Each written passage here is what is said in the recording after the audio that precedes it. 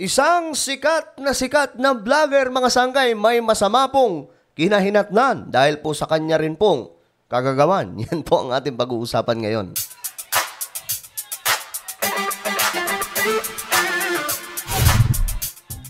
Kamusta mga kababayan? Kamusta mga solid sangkay? Lahat po ng mga nanunood ngayon, mabuhay po kayong lahat. Forever mga sangkay.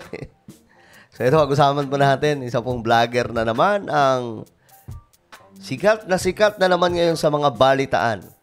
But anyway, before we start guys, paki-subscribe po muna yung ating channel dito sa YouTube. Makikita nyo po yung subscribe button sa ibaba.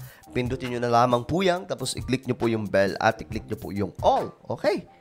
Dali lang, di ba? Ulitin ko, click the subscribe down below, click the bell, and click all.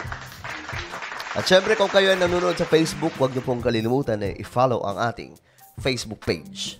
So ito nga guys, pag-usapan po natin ito. Naku, mainit-init po ito mga pare koy. Tony Fowler, inireklamo dahil sa malaswa umano niyang music videos. Kailangan pa bang ipaliwanag to mga sangkay? Kailangan pa nating ipaliwanag yung mga ginawa po niyang music videos, mga musika, mga sangkay. Alam nyo, dapat po talaga maging aware po tayo ngayon sa panahon natin dahil nga po, si Satanas po talaga, ewan kong bagya, ginagamit po yung musika. Remember mga sangkay, Satan, Lucifer, bago po sa maging Satanas, isa po muna siyang pinakasikat, pinakamagaling na anghel na nilalang na Diyos, ng Diyos. Diba? Siya po ay isang malupit na chief musician or music director mga sangkay sa langit until nagkaroon po ng pride, binagsak ng Panginoon sa kalupaan kasama po ang 1/3 angels.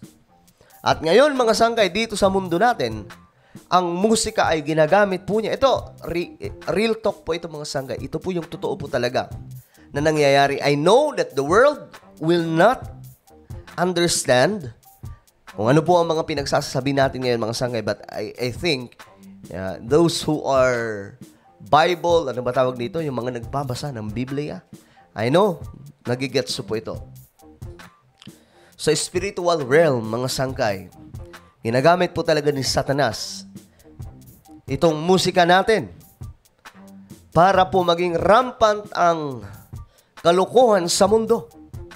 Kagaya po nito mga sangkay. Ito di naman po sa pero lahat naman po tayo nag-react doon mga sangkay, di ba? Na talagang ang pangit po talaga ang inilabas na video ni Tony Fowler. Marami po ang nag-react mga sangkay, kahit po yung mga follower niya.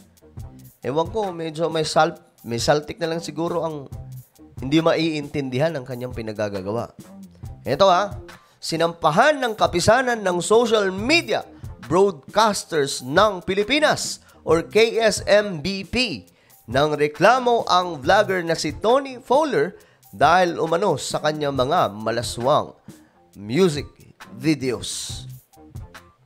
Ayan ayon kay Attorney Mark Tolentino, Legal Counsel ng KSMDP, sinampahan nila si Tony ng 3 counts ng paglabag sa Article 201 ng Revised Penal Code RPC in relation to the Cybercrime Prevention Act of 2012 sa Pasay City Prosecutor's Office kaugnay sa 3 music videos na kanyang ginawa. So ayoko nang i-research yun. Alam nyo na yun kung ano mga sangkay. At the time na naglabas po siya, marami po ang bumatikos. Kaya nga lang mga sangkay, hindi po nakinig. Sabi pa nga ng iba, hindi ka na nga nahiya, pinagmalaki mo pa. Mira no? So ito po yung mga sangkay. Tignan po natin. Ito may kay Mau de la Cruz. Mau! Sinampahan na Susan ng kapisanan ng social. Ayan na. Ba't nag-loading? Wait lang. Ano nangyari? Teka lang. Bagal ng internet no? Ito na nga, basahin lang po natin. Sabi po dito, kasi when you say freedom of press or freedom of expression, hindi absolute yan. May mga limitation ang freedom of press. The second limitation is Article 201 of the RPC. Ito yung nagbibigay ng mga obscene publication, indecent publication, sabi po ni Tolentino sa isang ambush interview. Like in this case of Miss Toni Fowler, may nagpakita siya. Kumakanta siya ng mga vastos. Aside of the, nagpakita siya ng ano pa, paano ko to? Sex organs. Ito po yung kanyang ginawa. Dagdag pa niya. Sa video para sa kanyang kanta na MPL, ito po, marami pong nakakaalam dito, mga sangkay. Mapapanood sina Tony at ang kanyang mga dancer na halos mga nakahubad na may hawak po na sex toys habang sumasayaw. Tayo dyan. Yan nga bang sinasabi ko? Gayon man, walang tunay na sex organs ang makikita. Yun mahirap ang sangkay kung totoo na ang ipapakita, di ba? Ano mo, what I like, mga sangkay sa bansa natin, kahit papano, hindi po tayo kagaya ng Amerika na rampant po talaga yung liberty, yung freedom, mga sangkay, na kahit yung mga batas nila, grabe, inaapakan po doon. At dito, mga sangkay, medyo conservative pa po ang Pilipinas. Medyo lang. Kahit papaano, mga sangkay, hindi po natin tinutolerate yung mga ganitong klaseng gawain. Diba? Remember, mga sangkay, sino ba tawag dito? Si Aura. Hindi po tinolerate ng mga Pilipino yung kanyang ginawa. Sino pa ba? Yung mga nangyayaring mga hindi magagandang nasasabi sa mga telebisyon. Kagaya po ng mga known time show like Showtime, EAT, at marami pa pong iba mga sangkay. Diba? Kahit pa paano, mga sangkay. Isa pa dyan, si Pura Luca Vega, yung kanyang ginawa. So kahit pa paano yung Pilipinas, pinagpala pa rin po dahil hindi pa rin po tayo ganong karampant like Amerika. Kaya nga po yung US ngayon, kawawa po yung kanilang kalagayan. At tingin ko, mga sangkay, mayroon na rin pong pagkilos dyan ang Panginoon. Nagpapaalala po sa kanila na, hey, guys, mga anak, balik kayo sa akin. Hindi na tama yung ginagawa nyo. Rampant na po talaga. Dito sa Pilipinas, kahit pa paano, okay pa, diba? Hiningaan ng GMA News Online ng pahayag si Tony sa pamamagitan ng kanyang official Facebook page. Ngunit, hindi pa tumutugon. Ito yung mga advice ko sa lahat. Kasi marami po ngayon, bilang isang musikero, mga sangkay, maging mapagbantay tayo sa mga musikang inilalabas. Kasi ngayon, mga sangkay, makikita po natin ang music po talaga, ginagamit na ng iba para po bigla pong kumita o kaya sumabog sa social media, magpakilala. At minsan, mga sangkay, yung mga malalaswang musika, ginagamit kahit wala pong kwenta, mga sangkay. Alala nyo, mga sangkay, yung ginawa ni Sam Smith, di ba? Sinamba si Satan Lucifer, yung kanta niyang Unholy. Bakit?